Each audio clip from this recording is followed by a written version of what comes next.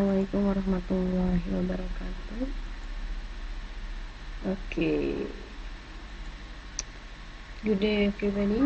This is our fifth meeting, and now we still go on to the same topic, English for Business. How will I deal with business English? Bagaimana kita memastikan with English business for business. How will I deal with business English? Bagaimana? One, be a good language student. Bagaimana kita bisa meyakinkan bahasa Inggris kita? Ya, apakah kita bisa atau enggak? Apakah kita tuh active or passive? Jadi kita pilih, tapi kita tentunya mau move on, mau menjadi yang terbaik, mau belajar, mau mulai menyukai.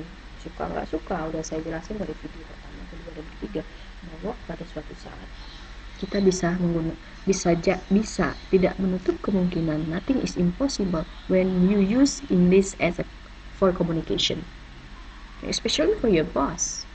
Saya bilang begitu. So the point is be a good language student, menjadi mahasiswa yang aktif berbahasa, especially English itself. So makanya saya bilang, ayo dong gabung di English Learning Community. Di situ kita bisa talk each other in English. But sometimes we only 1, 2, and 3. Yuk kita mulai aktif lagi untuk mencari habits in practice English itself. Jadi ayo dong kita cari komunitas yang mensupport kita untuk bisa mempraktekkan bahasa Inggris ini sendiri. Kemudian be a good language student. Oke, yang kedua, 10 ways on how to be a good language student. Jadi dari yang poin pertama itu bagaimana be a good student language, itu ada 10 caranya bagaimana menjadi murid yang pintar berbahasa. 1. Do make sure you have something to record new items of language, notebook, etc. Boleh ya, notebook yang mensupport lah, jadi boleh dicatat. Misalnya sering-sering menulis, misalnya ada tugas dari saya menulis, jangan ngedumel, dikerjain. Jadi kita terbiasa dengan kosakatanya. Nanti dari menulis itulah kita akan mengingat. Kalian percaya nggak sih, memang di mana-mana zaman kami kuliah dulu memang so hard gitu ya.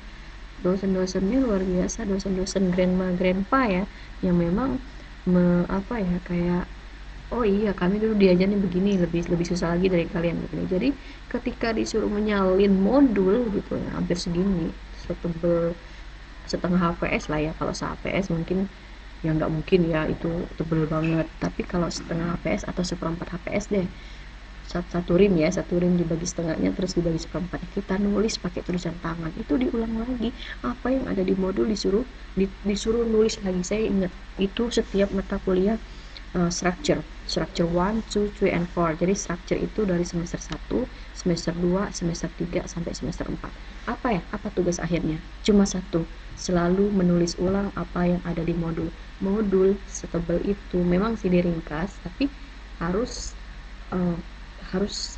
minimal saya bilang tadi, dari satu rim dibagi 2 terus dibagi seperempat. Lumayan kan ya, itu nulis tangan, bayangin coba. Iya, jadi itu dengan menulis tangan itu benar-benar mensupport kita untuk terbiasa membaca, melihat gitu ya, mengingat dengan menulis. Begitu maksud dosennya. Yang kedua, don't rely solely on your memory. Jangan sekali-sekali merasa atau sekali lewat lah gitu di memori kita. Jangan dong, ayo diingat apa sih yang tadi dibicarain Miss, coba deh dipraktekin gitu. Atau nanti kalau misalkan susah ketemu Missnya, nggak jarang virtual juga kadang suka ngantuk, boleh deh buka kamusnya gitu ya, buka smartphone-nya, di situ ada bagaimana how to spell it well, itu dicek mana yang nih kosakata yang nggak bisa nih, yang ini nih susah, dibuka, ditulis. Bahkan kalau zaman Miss dulu ya, dibuka kamusnya, masih kamus gitu ya, kemudian Miss tulis ulang, kemudian diingat gitu. Itu triknya ya, yang mau ngikutin ayo gitu, kita mulai deh gitu, membuat suatu habit gitu. When we want to speak English with our self confidence. Jadi kayak menumbuhkan percaya diri kita buatkan habit kita. Bagaimana caranya? Dan yang ketiga, do make sure you have access to a dictionary. Nah, ini kamu tetap jadi andalan begitu ya. Kamu tetap jadi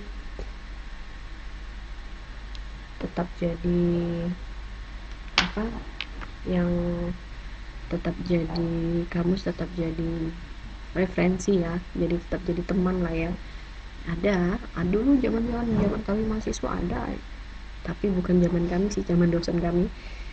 Kamus dia dipanggil sama temannya itu kamus berjalan, tapi luar biasa perjuangannya, nggak hanya semata-mata langsung hafal, enggak, ditempel semua pocket ya, diingat itu bagaimana bangun tidur tengok kiri kanan itu semuanya pocket. Bagaimana misalkan nggak dikatakan kamus berjalan ya, melihat perjuangan dia untuk menjadi seorang menghafal kosakata terbanyak di dalam bahasa Inggris itu sendiri. Kemudian, don't miss the opportunity to pick up new words and check their meaning. Nah, ini yang lewatkan kesempatan kita untuk mendapatkan kata-kata baru, kemudian dicek dan apa artinya. Nah, ini tadi gunanya kamus ya. Gunanya kamus Cambridge tadi, and how to spell it. Ini rajin-rajin lah kayak gini. Pasti bisa Anda menumbuhkan kepercayaan diri Anda untuk practice English itu sendiri. Kemudian, don't go over this lesson, make a note of anything you don't understand, ready to ask your teacher and the next lesson. Jangan lupa catat yang mana nggak paham. Begitu diulang itu akan jadi kebiasaan. Bahwa satu, the next day ya, di kemudian harinya, later gitu ya, later on, saat saya harus saya harus menggunakan bahasa Inggris ini sebagai alat komunikasi. Nah, itu jadi mulai sekarang harus ditanamkan habit itu, apalagi jurusannya digital marketing, jadi harus urusan dengan orang-orang luar gitu ya, orang-orang dari another country yang pastinya menggunakan bahasa Inggris sebagai bahasa internasionalnya, bahasa alat komunikasinya gitu.